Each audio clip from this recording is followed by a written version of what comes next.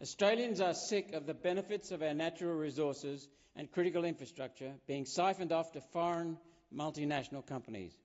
Chinese company Landbridge will operate Darwin Port for 99 years.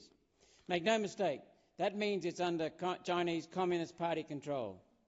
While Australia differentiates between private companies and government, there's no such separation in Communist China.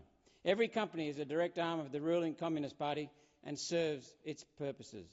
So the Chinese Communist Party is running Darwin Port. It's not just a profit-making venture.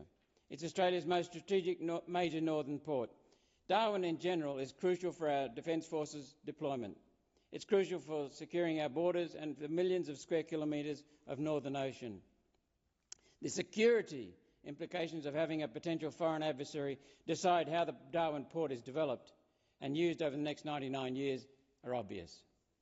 Australians should own Australian assets, especially ones as critical as our Darwin Port. To be clear, One Nation supports Australians with Chinese heritage, living here as Australians since our gold rushes in the 1880s. And we support the Chinese people. We oppose, though, the government of China, the Chinese Communist Party, with their totalitarian abuse of humans, censorship and rule using fear. Prime Minister Albanese this week said Communist China is a friend.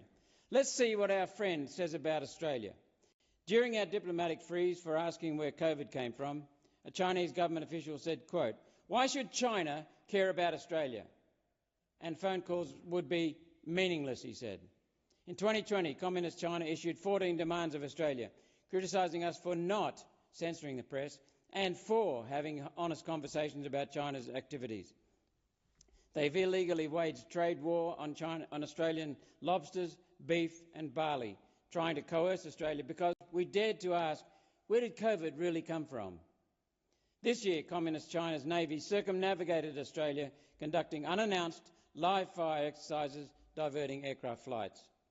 This week, Chinese aircraft harassed and released flares in front of an Australian aircraft over the disputed Paracel Islands, the latest in a string of similar dangerous incidents. Very weird behaviour for a friend. They seem to mean it when they say, why should China care about Australia? The United States seems to know the strategic value of Northern Australia better than it does our own government. They've been encouraging us to develop and fortify our infrastructure there so that we may have a chance of defending ourselves in a conflict. A US official reportedly said, quote, "We are surprised this issue has not yet been settled, and we are closely watching what the Albanese government is doing. There has been some concern that getting back control of Darwin Port is no longer a priority for Australia."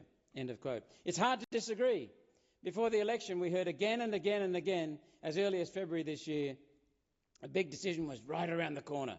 Since the election, we've heard nothing. Another broken election promise. In July, Prime Minister Albanese met with President Xi from China and had the chance to sort it all out. Instead, when asked if he raised the port, our Prime Minister said, quote, "I don't need to." Gutless. So should this foreign government have a 99-year hold on our most strategic northern port? On security alone, One Nation's answer very clearly is no. Putting aside the security and sovereignty issue, there's basic common sense. As I've outlined, Darwin Port is essentially under the Chinese Communist Party government control for 99 years. They will operate, develop and profit from Darwin Port for nearly a century. A foreign communist Chinese government will reap the profits from Australia's most northern strategic port. There's a reason a foreign government would seek to get a stranglehold on a critical asset like Darwin Port for 99 years. To develop it, of course, and then squeeze every dollar they can out of it to return a tidy profit back to their treasury reserves in China. If any government is reaping some kind of profit from critical infrastructure, it should be the Australian government and the Australian people. At the minimum, it should be a publicly owned, wholly Australian company. This extends to Australian farmland, water, critical power infrastructure, residential homes. All critical assets in Australia should be in our Australian hands, not in the hands of a foreign government or foreign multinational corporation. Labor, get some courage and integrity and put Australia first.